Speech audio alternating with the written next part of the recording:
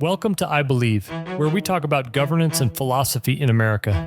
I'm Joel Douglas, and I believe in America. Thanks for joining me.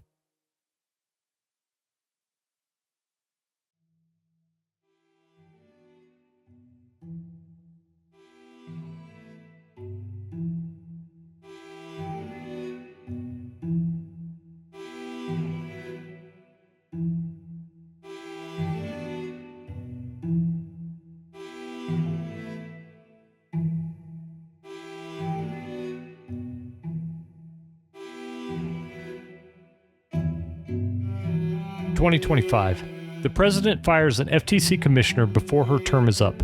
The statute says he can't, not unless there's cause. He does it anyway. Now the Supreme Court has to decide whether 90 years of precedent was real law or a bluff.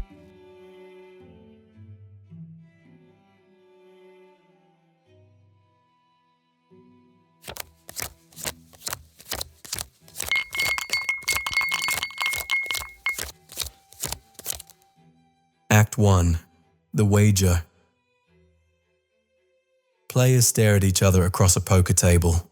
4 cards are up. 1 card is face down.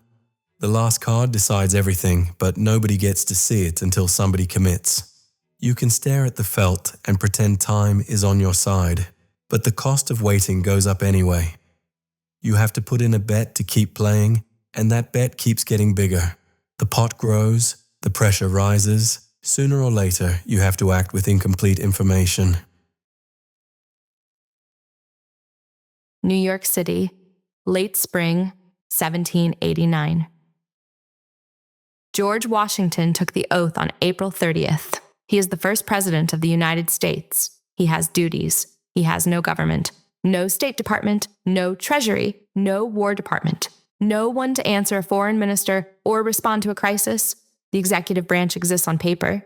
In reality, it is one man in a rented house with a small staff and a pile of unanswered letters. The Constitution is 8 months old. The ink is barely dry, and the world is not waiting. The British still occupy forts on American soil, forts they agreed to vacate 6 years ago. Native attacks keep coming from those regions. Plenty of Americans suspect the British, but Washington has no department to respond with. Spain has closed the Mississippi River to American trade. Western settlers are talking about leaving the Union. Diplomacy might help. Threats might help. But there is no one to conduct diplomacy. The president cannot do everything himself. American merchant ships are being seized in the Mediterranean. Algiers declared war on the United States 4 years ago. Sailors are chained in North African prisons, waiting for a ransom that cannot come because we have no treasury and no navy. The pot is already enormous, the blinds are rising, and Congress has a problem. The Constitution gives the president the power to appoint officers by and with the advice and consent of the Senate. It says nothing about firing them. Nothing. That silence is not calm. It's cards sliding out. Sideways glances, men looking across the table, trying to decide what the other man is holding. 65 men crowd into Federal Hall on Wall Street, a repurposed city building that still smells like fresh paint. May turns to June. The weather thickens. No ventilation worth mentioning. Wool coats, wigs, windows that don't open properly, paper everywhere, quills scratching, men sweating through their shirts while arguing about the shape of executive power. They have to build a working government, but the game is already underway. The cards are on the felt, the pot is growing, and they're still arguing over who gets to deal, who sets the rules, and who can push a man out of his seat. The question before the House is simple to ask and impossible to answer. Who can fire a cabinet secretary? James Madison rises to make a motion. He is 38 years old, 140 pounds, soaking wet. He speaks so softly that reporters lean forward to hear him. He is brilliant, but he has never seen combat. He has never led troops. He spent the Revolution in the Virginia legislature, arguing about paper while other men bled. But Madison wrote the Constitution. He wrote most of the Federalist Papers defending it. He has thought more carefully about the structure of American government than anyone alive. When Madison speaks, the room listens. His motion concerns the Department of Foreign Affairs, a department that does not yet exist, a secretary who has not been named. He is writing the job description for a position that is still an idea on paper. Madison proposes one line. He says that the secretary shall be appointed by the president by and with the advice and consent of the Senate and to be removable by the president. 4 words, 9 syllables. Removable by the president. The room erupts in disagreement. They can see the future in that sentence. A future president, a future fight, a future Congress trying to bind a president's hands. They are not arguing about today.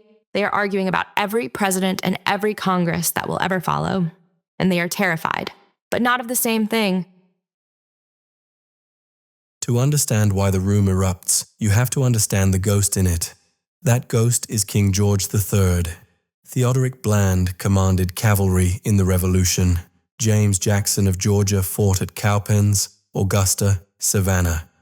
Hand to hand when it came to that. Jackson fought 23 duels in his lifetime. He settled disagreements with pistols. When he stood up to speak, men listened because they knew what he was capable of. Elbridge Gerry was asleep at the Monotony Tavern on the night of April 18th, 1775, the night Paul Revere rode. British troops marched past his window toward Concord. The weapons they were marching to seize were weapons Gerry had put there. His roommate during the siege of Boston was Joseph Warren. Warren died at Bunker Hill with a British bullet in his skull. On and on. The room was full of men who bled for independence. They sent their sons to bleed. They watched friends die at Brandywine, at Germantown, at the frozen hell of Valley Forge. The Declaration of Independence was 13 years old. It was a list of crimes committed by a king who answered to no one. These men had signed it. Some had nearly died for it. Now James Madison, who spent the war arguing about paper, stands before them and proposes giving one man the power to fire anyone in the executive branch. To some of them, it sounds like the first step toward a throne. Underneath that knife's edge urgency, they are dueling with words while playing this game of American poker, uncertainty, ambiguity. They're all fearful, but not of the same thing. One man hears removable by the president and sees a king, total loyalty, total control. Every officer knowing he serves at the president's pleasure. Every officer afraid to disagree. William Loughton Smith of South Carolina places his bet here. He points to the Constitution. The only removal it mentions is impeachment. If you start inventing powers out of silence, you are training future presidents to do the same. Theodoric Bland of Virginia throws in chips next. He hears removable by the president and sees the Senate being erased. The Constitution says the president appoints by and with the advice and consent of the Senate. The Senate has a role. Would you let a man hire but not fire? Strip the Senate of removal and you strip the bridle from the horse. Roger Sherman of Connecticut adds to the pot. He hears removable by the president and sees chaos, drift. Officers who answer to no one because no one has clear authority. He says Congress creates these offices, Congress sets the terms, Congress can decide. The Constitution doesn't give removal power to anyone specifically, so Congress fills the gap. And then there is Madison. Madison has watched legislatures become tyrants. State assemblies under the Articles of Confederation printed worthless money, exposed private contracts to public violation, trampled the rights of minorities, religious dissenters, anyone without the votes to protect themselves. In Rhode Island, the legislature printed currency to pay off debts, and the creditors fled the state. Kings were dangerous. Madison knows that. But legislatures were also dangerous. They claimed to speak for the people. They wrapped their tyranny in democratic legitimacy. And they could do it faster than any king, because they did not have to pretend to be anything other than the majority. Madison fears Congress more than he fears the president. He could not foresee a Congress that would voluntarily surrender its power, a Congress that would create agencies to avoid making hard choices, a Congress that would build a government designed to answer to no one. He places a large wager. Madison bets on a weak executive fighting a strong legislature, one man against an assembly. The president needs defensive weapons just to survive. If the president cannot remove officers who defy him, you have no accountability. You get paralysis. You get officers who answer to no one. Not to the president, who cannot fire them. Not to the people, who cannot reach them. Madison says it plainly. If any power whatsoever is in its nature executive, it is the power of appointing, overseeing, and controlling those who execute the laws. Article 2 vests the executive power in the president. Not some of it, all of it. The Senate's role in appointments is an exception, spelled out explicitly. Removal is not spelled out as an exception. Therefore, removal belongs to the president. The room considers the wager. Each man sees a different future. A king, a runaway Senate, a paralyzed executive, a tyrannical Congress. They are reading each other across the table, trying to guess which fear is the right one, knowing they cannot wait for certainty. They look at Madison's bet, call or fold. The British are not leaving those forts. Spain is not opening the Mississippi. American sailors are not freeing themselves from Algiers. Foreign ministers are waiting for someone to talk to. Crises do not pause for constitutional debate. And the pressure. The government has to start. Someone has to be in charge. Someone has to be able to be fired for failing. Then a breakthrough. A congressman trying to get the room to move on changes the language. The final bill doesn't say the president has the power to remove. It does not say Congress grants the power to remove. It says that when a secretary shall be removed, certain things happen. The House votes. Madison's side wins, but there is no consensus. The Senate splits exactly in half. Vice President John Adams casts the tie-breaking vote. The president will have the power to remove officers. They sidestepped the decision. In the end, nobody had to show their cards. The vote passed. The government started. Washington got his departments. The Union held. Madison's big wager was still on the table, waiting for the other players to call the bet.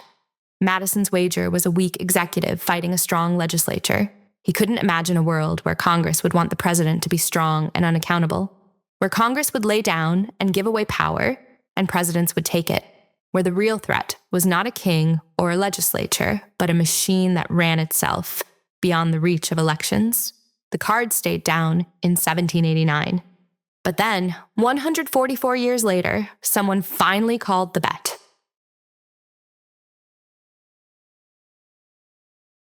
Act 2, The Call. 144 years passed. Players left and rejoined the table. The Republic grew. The question slept. Then President Franklin D. Roosevelt called Madison's wager. Washington, D.C., summer 1933. The Great Depression is strangling America. 25% unemployment. 13 million people are out of work. Banks have failed by the thousands. Farmers watch their land blow away in dust storms. Families lose homes. Children go hungry. Roosevelt has been president for 5 months. He came to Washington with a mandate. Fix it, whatever it takes. His New Deal is a whirlwind of agencies, programs, regulations. The federal government is expanding faster than at any time since the Civil War. The president has a problem. His name is William Humphrey. Humphrey is a commissioner on the Federal Trade Commission. He is 71 years old, a conservative Republican, a man who believes government should leave business alone. The FTC is supposed to protect consumers from unfair business practices. Under Humphrey, it has become a graveyard for investigations. Cases against mattress companies, shoe manufacturers, soap makers. Humphrey votes to dismiss them one after another. He gives speeches calling the commission an instrument of oppression against American enterprise. Roosevelt needs the FTC to help implement the New Deal. Humphrey is blocking him. In July, Humphrey hears a rumor. The president wants him gone. He writes to Roosevelt directly, a desperate letter. Information comes to me that you are going to ask for my resignation, he writes. For what reason I do not know. He asks for a meeting. After more than 40 years of public service, being forced out would greatly injure his reputation. Humphrey believes he is doing the right thing. Roosevelt waits less than a week. Then he sends his reply. The letter is polite, but it is not subtle. You will, I know, realize that I do not feel that your mind and my mind go along together, Roosevelt writes, on the policies, on the administration of the commission. Frankly, I think it is best for the people of this country that I should have full confidence. He asked for Humphrey's resignation. Roosevelt is charming, ruthless, certain. Humphrey refuses. For 2 more months, they exchange letters. Roosevelt asks again. Humphrey declines again. In October, Roosevelt stops asking. Effective as of this date, he writes on October 7th, 1933, "You are hereby removed from the office of Commissioner of the Federal Trade Commission." 12 words, no cause given, no charges filed, just removed. Now, on to the law.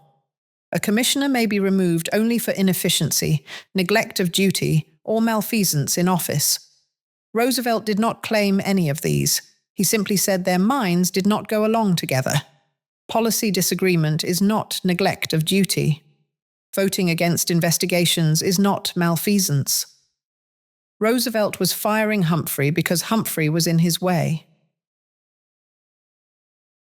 Humphrey does not go quietly. He writes to his fellow commissioners.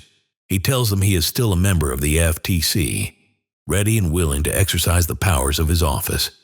He shows up at the next meeting. He sends a letter to the man Roosevelt nominated to replace him that there is no vacancy. Humphrey keeps coming to work every day. The FTC stops paying him, but he comes anyway. He files a lawsuit. He wants his job back. He wants his salary. And he wants the Supreme Court to decide whether the President of the United States can fire him. Then, on February 14th, 1934, 5 months after his firing, William Humphrey dies. A stroke. He was 71. But the lawsuit doesn't die with him. Samuel Rathbun, his executor and the person handling his estate, keeps the case alive.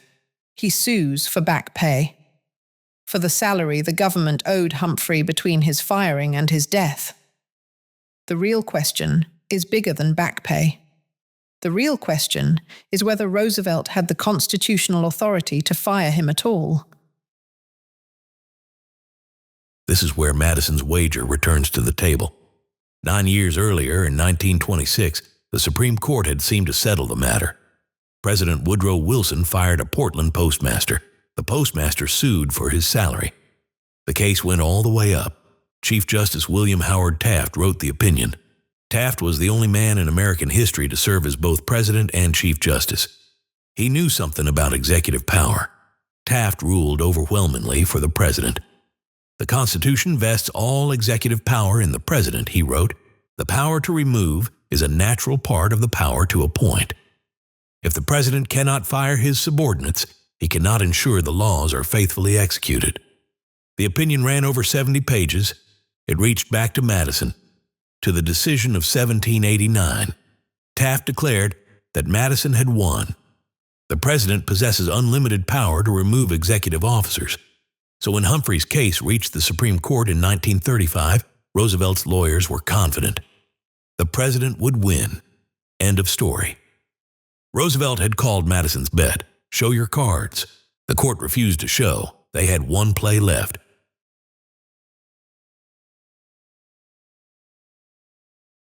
Act 3. The Bluff. The court heard arguments on May 1st, 1935. 26 days later, they announced their decision, May 27th, 1935. It would become known as Black Monday. On that single day, the Supreme Court issued 3 unanimous decisions against Roosevelt. Justice George Sutherland wrote the opinion. Sutherland was one of the 4 horsemen, the conservative bloc trying to dismantle Roosevelt piece by piece. These justices viewed the New Deal as straight-up socialism wrapped in American flags. Sutherland did something clever. He didn't overturn Taft's postmaster decision. He changed the rules mid-game. A postmaster, Sutherland wrote, is a purely executive officer. He carries out the president's orders. He belongs to the president. The president can fire him. But the Federal Trade Commission is different. Congress built it to stand apart, not partisan, not an arm of the president. Its commissioners write rules and judge disputes inside their own domain. They do not serve the president, they serve the law. Congress built an agency inside the executive, then tried to keep the president's hands off its leaders. Sutherland had invented a new category: officers who work in the executive branch but do not answer to the executive. Creatures of Congress, not creatures of the president. The Constitution, Sutherland wrote, does not give the president unlimited power of removal over such officers. They lead independent agencies. Roosevelt lost. Humphrey's estate got its back pay.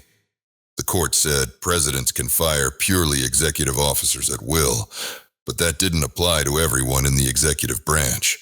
So, where does the executive end and these independent positions begin? The court didn't say. It never identified which jobs were executive officers and which were not. It left, in its own words, a field of doubt for future cases. Roosevelt was furious.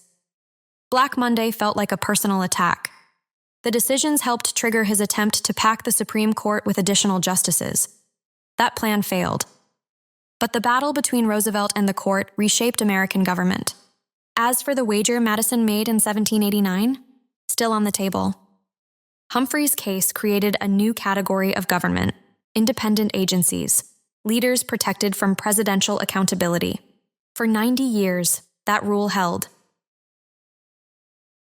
It was a bluff dressed up as constitutional law. The question was never whether the president had the power to fire executive officers. The question was whether Congress could create officers who weren't executive at all. Madison never imagined such a thing. Neither did his opponents. In 1789, everyone assumed the executive branch belonged to the president. They fought about removal inside the executive branch because they agreed on that much. The Supreme Court's fight against FDR broke that assumption. A conservative court created the modern independent regulatory state. This decision became the same movement conservatives have been trying to dismantle for 50 years. It wasn't some master plan. It was a grenade aimed at FDR that backfired spectacularly over time. Conservatives built the administrative state to block liberals. Liberals expanded it for social good. And now everyone's mad because it's this unaccountable behemoth. Roosevelt called. The court bluffed. They changed the rules mid-hand and walked away from the table. It worked. For 90 years, no one challenged the bluff.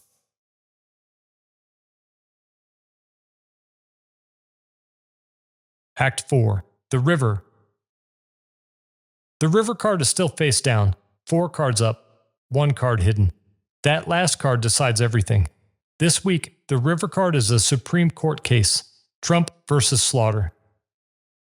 This game has been running for 237 years. In 1789, Madison placed his wager.